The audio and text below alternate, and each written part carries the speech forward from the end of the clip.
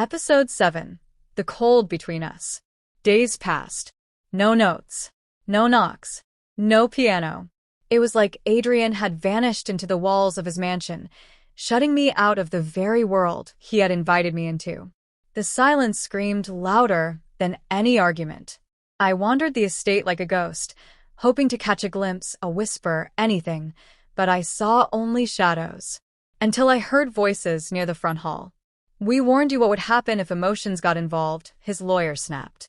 "She's a liability now. The press is digging. Either you cut her off completely, or everything falls apart." "I won't hurt her," Adrian said firmly. "You already are," I whispered from the stairs. They froze. Adrian turned toward my voice. "Star." "No," I said, my voice shaking. "I'm not your secret, Adrian. I'm not some contract you signed in fear. I'm your wife." He moved closer.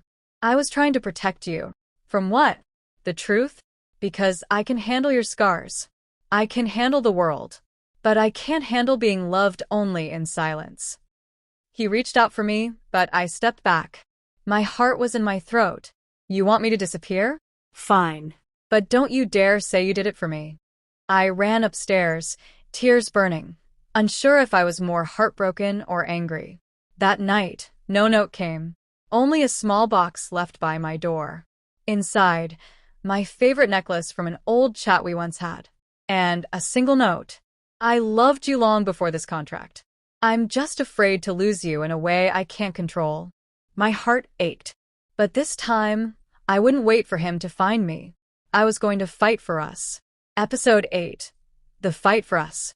The next morning, I didn't cry. I didn't wait. I dressed with purpose, walked to the East Wing, and knocked on his door. No answer. So I pushed it open. Adrian sat at the piano, unmoving. His back was tense.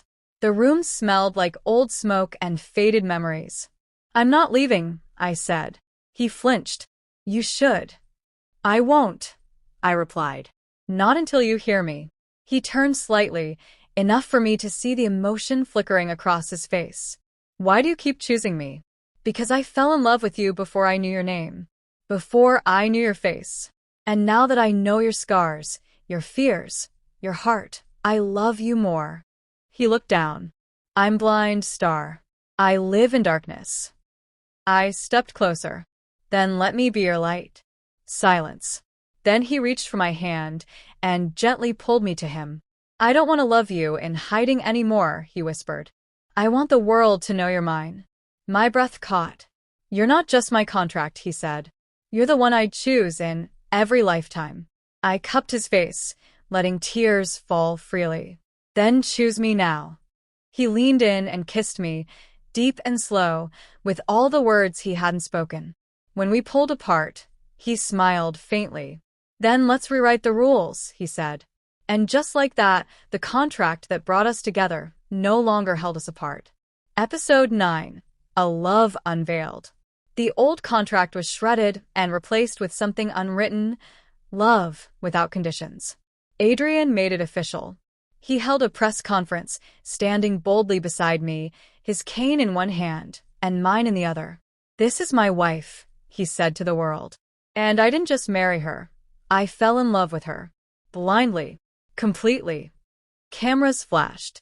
Questions were thrown. But nothing mattered except his grip in mine and the pride in his voice. The world had expected a silent, secret union. But we gave them a love story. And after the world saw us, Adrian showed me more. He opened doors I had never entered. The gallery filled with paintings he could no longer see, but still remembered by heart. "I painted these before the accident," he said. "But now I want to start again, with you as my muse." We sat in that room for hours, him touching my face like clay, memorizing the curves of my cheeks, the shape of my smile. "I may be blind," he whispered, "but I see you better than anyone ever has." And when night fell, we made love for the first time without guilt or fear. Slow, honest, raw. There was no performance. No pretending. Only a man and woman who had been falling long before they ever met. That night, lying in his arms, I realized something.